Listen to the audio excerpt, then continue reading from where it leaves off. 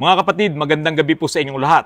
Panoorin niyo po sana itong video ko ngayon na kung saan itong sundalo na customer ko, galing pa po diyan sa Rosario, La Union, ay may dala-dala ng pera para ipa-overhaul yung kanyang makina. Nakaipon na siya ng halagang 50,000 at sabi niya po sa akin, Sir, pwede bang i-overhaul mo yung aking makina dahil sa tuwing siya raw ay babiyahe, mula Bataan hanggang dyan sa La Union, lagi daw po siyang nagkakarga ng halos 1 litrong langis sa kanyang makina. Sabi nga niya, napupuno daw po yung kanyang oil cut can na mas malaki, mas mahaba pa ng konti dito. Ngayon, pinakinggan ko yung tunog ng kanyang makina at tinignan ko rin kung doon sa dipstick ay mayroong tumatalsik na langis. Wala akong makitang langis na tumatalsik. Usok meron. Natural naman yan sa mga diesel engine, lalo na't kung medyo naluluma na ng konti, pero hindi pa po ito luman-luma ha. Siyempre, gamit na. Ngayon mga kapatid, siya po ay may nakalagay na oil cut can at maling-mali po yung installation ng oil cut can. Yan po ay nandiyan sa video, mapapanood nyo po. Ngayon, ano po kaya ang naging dahilan kung bakit ang kanyang langis sa tuwing babiyahe siya ng malayo at tumatakbo ng 100 kilometers per hour at minsan lumalampas pa raw po ng konti doon, nauubos daw yung kanyang langis. Biro mo, mula Bataan o Subic hanggang dyan sa La Union, malayong-malayo pa yun mga kapatid. Kaya sa bawat biyahe niya, hindi pwedeng wala siyang dalang langis. Hindi lang po 1 litro, kaya kadalasan ang dala niya na yung 1 galon. At napagdiskitahan ko pa nga po yung kanyang langis na 15W40, napakalabnaw. Mas malabnaw pa doon sa 5W30 ng Repsol. Kaya ito na po mga kapatid, wag na kayong mainip. Panoorin nyo po kung paano ko diniagnose itong makina nitong sundalo na to, isang Navy, kung saan napupunta yung litro-litrong langis na idinadagdag niya. Sabi nga niya, itinatop up niya sa tuwing siya ay bumabiyahe mula sa kanyang destino papunta diyan sa La Union. Ito na po, panoorin nyo na. Mga kapatid, guess ko si Cesar Montano. Hindi, ang laki ng problema mo. Pag bumiyahe ka ng Subic to La Union, ilang litro ng lang isang nauubos? Approximately sir, mga 400 ml. 400 ml. Halika, engineer, pakita mo tong oil cuts can na to. Napupuno ito doon sa biyaheng Olongapo to La Union. At ang takbo ni sir ay 100 kph. Pataas. Pataas. Kahit naman tumakbo ka ng pataas hindi dapat mag-uubos ng langis Hindi kasi normal yung mag-uubos at pupunta rito. Ngayon walang tilamsik sa dipstick. Tinanggal namin to. Usok meron pero walang tilamsik. Oh. Okay. Saka parang may something sa oil mo, kuya. 15W40 to? 15W40 sir. Tingnan mo nangyari sa oil oh. Anong brand to? Tapos ito pa. Mga kapatid, kung magkakabit kayo ng oil cut can, tama sana to naka-level siya dyan. Pero ang mali dito yung hose na nilundo nila paakyat na ganun. So ang mangyayari, yung oil mapopondo dito. Pag napondo dyan yung oil, hindi niya yan kaagad-agad maitutulak. So mahihirapan makahinga engine mo. Kasi breather yan eh. Kaya nga doon yung ventila na yun, diaphragm lang yun. Na umo-open close yan. Ang nangyari dito dahil sa ang taas ngayon nung hose na to, maiipon ngayon yung langis dito, mahihirapan, masasakal yung breather mo. Siguro nung nilagay mo ba to, malakas na yung Konti lang sir. Moist lang talaga? Moist lang sir. Inaabot pa nga ng 8 buwan bago makakuha ng langis. Langis. Nagpalit kang ventila, sabi mo? Oo, nagpalit na ako sir. Oo. Kasi nga naipon Cesar. Cesar talaga yun. Naipon yung langis dun eh. Pero duda ako dun sa langis mo. Bakit ganun kalabnaw? Kahit sabihin mong bagong change oil to, 15W40, parang tubig yung isinali natin eh. Di ba, mangyayari sir, magta-top up ulit ako ng fresh oil na naman. Ang lakas sa loob eh oh. Nakapag-top up na ako ng almost 800 ml. Ganito talaga kulay ng langis mo?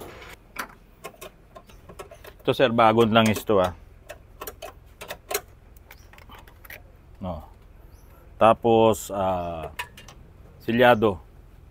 Titingnan ko lang kung parehas sila. Kasi transparent na transparent yung oil mo eh. Hindi ko alam kung anong yari yung oil na yan. Sa dami naman din ng nailagay na natin ng mga oil. Yun nga top 1. Verde pa yun eh. Yung ibang oil, dilaw eh. Bakit sir yun sa'yo? Transparent. Oh, tingnan mo sir to. Oil natin oh. Tapos ilalagay ko to sa basahan. Tignan mo sir oh. Tumutulo talaga. Samantalang yung langis mo kanina, may video naman tayo. Ayan oh, tignan mo. Ito, 5W30 pa to sir. Oh, 5W30. Yung inilagay mo, semi-synthetic sir na 15. semi-synthetic 15W40. Dapat mas malapot nga yun eh. Grabe oh. Ngayon, kukuha tayo dyan, titignan natin. Compare lang natin. Baka mamaya, nagka-problema ka rin sa oil. Okay, tingnan natin. Salinan mo nga akong konti rito. Oh, dito naman, hindi, blue kasi yun eh. Puno ito, no? Puno yun. Puno L-Cats ka, no? Oh, tingnan mo ko.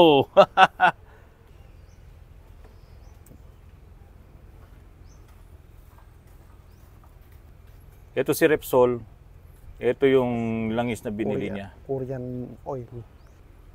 Matagal mo lang ginagamit yan? Ngayon lang sir. Ngayon lang. Oh, pero dati nung may issue ka? Stick to lang ako sir, Delo Gold Ultra.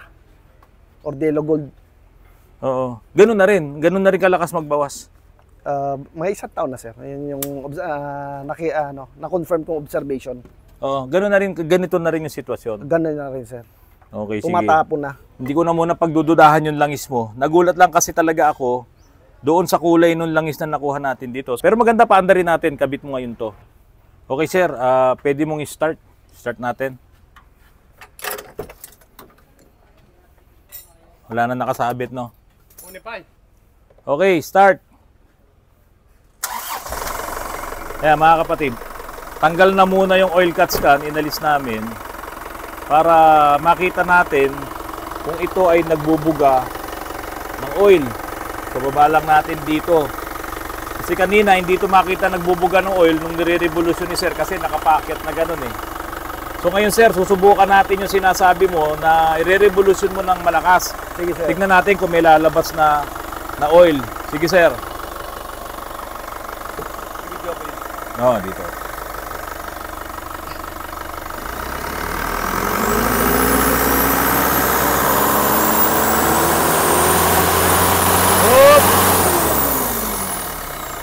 Sige, isa pa.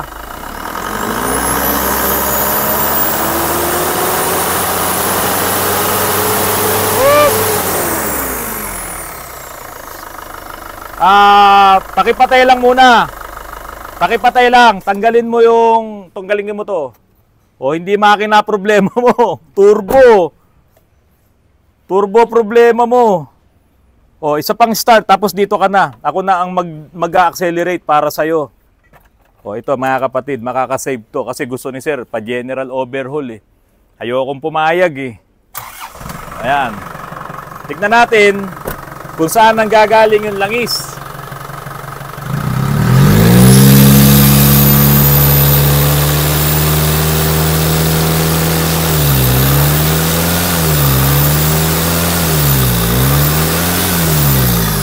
Oh, patay mo na. Nakakangiti ka na ngayon, Cesar Montano. Oh, hindi makina ang problema niya. Magkano na naipon mo?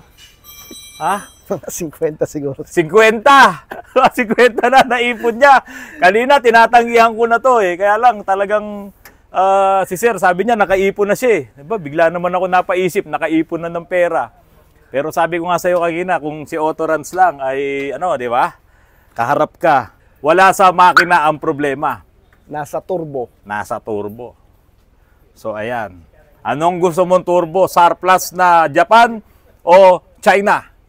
Surplus. Para bukas din, tapos na tayo. O-orderin ko na yan kay Miss Rupa Rosario. Yung turbo mo, yung talagang walang palag. Kasi ayoko namang i-repair. Baka mamaya bumalik pa, mag-back job pa. So kung surplus, turbo, back job, papalitan natin kay Miss Rupa. Pag China naman, choice mo yan. Ano gusto mo, sir? Surplus. Surplus. O yan, mga kapatid, naipakita namin sa inyo, no? Kailangan lang talaga ng toro na pagdadiagnose. So, sinisi natin yung oil cut scan kanina, pero mali talaga yun, sir. Mali yung kabit, no? Kaya ikaw, yun yung, yun yung naging band-aid solution nyo, oil cut scan, hindi naman pala dun nanggagaling. Siyempre, kung lumalabas dito yan, papunta na yan dito sa intake manifold. At yun ang delikado. Pwede kang mag-turbo runaway. Magiging gatong niya yan, patay na yung susi mo, umaandar ka pa, umuusok ka ng malakas. Kasi yung langis na yan ang magiging diesel mo. Hindi na yan kayang i-cut off ng shut-off valve natin. Turbo lang ang problema nito.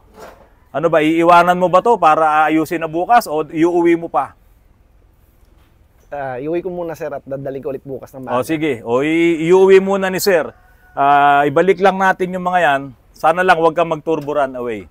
Okay, o mga kapatid, yun muna. At naipakita namin sa inyo yung problema ni sir na napupuno ang kanyang oil cut scan. Nauubos ang langis niya.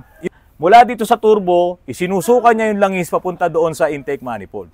Okay mga kapatid, kung nakatulong po sa inyo itong vlog ulit na ito sa mga may diesel engine na nakaturbo, at ganito ang inyong na-encounter, no? Baka posibleng ganito rin ang inyong problema, sira ang turbo. Bumubuga ng hangin pero may kasamang langis. Mga kapatid, dito po sa huling bahagi ng vlog ko na ito, ipapapanood ko po sa inyo itong isang news report ng GMA7 kung saan habang nakatraffic, yung kotseng maliit, mayroong dalawang magnanakaw ang binuksan ang pintuan ng passenger side at kinuha yung kagamitan, yung bag ng pasahero. Wala silang nagawa.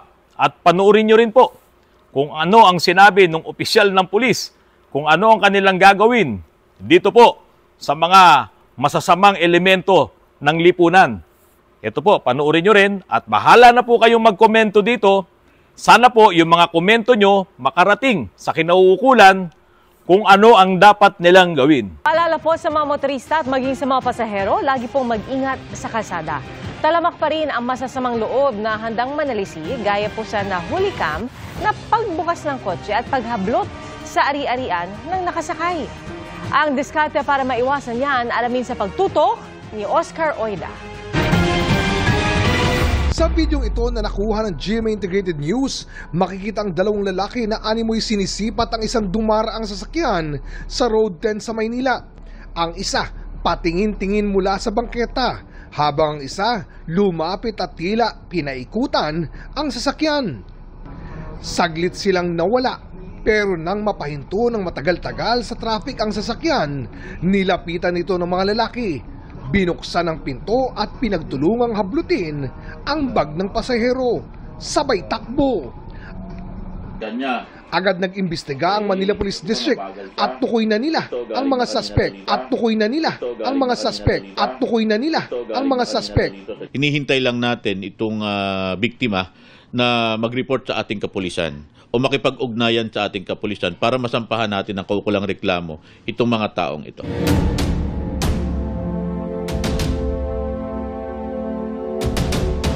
Mga kapatid, arito po si Cesar Montano. Ay, ano nga pangalan mo, sir?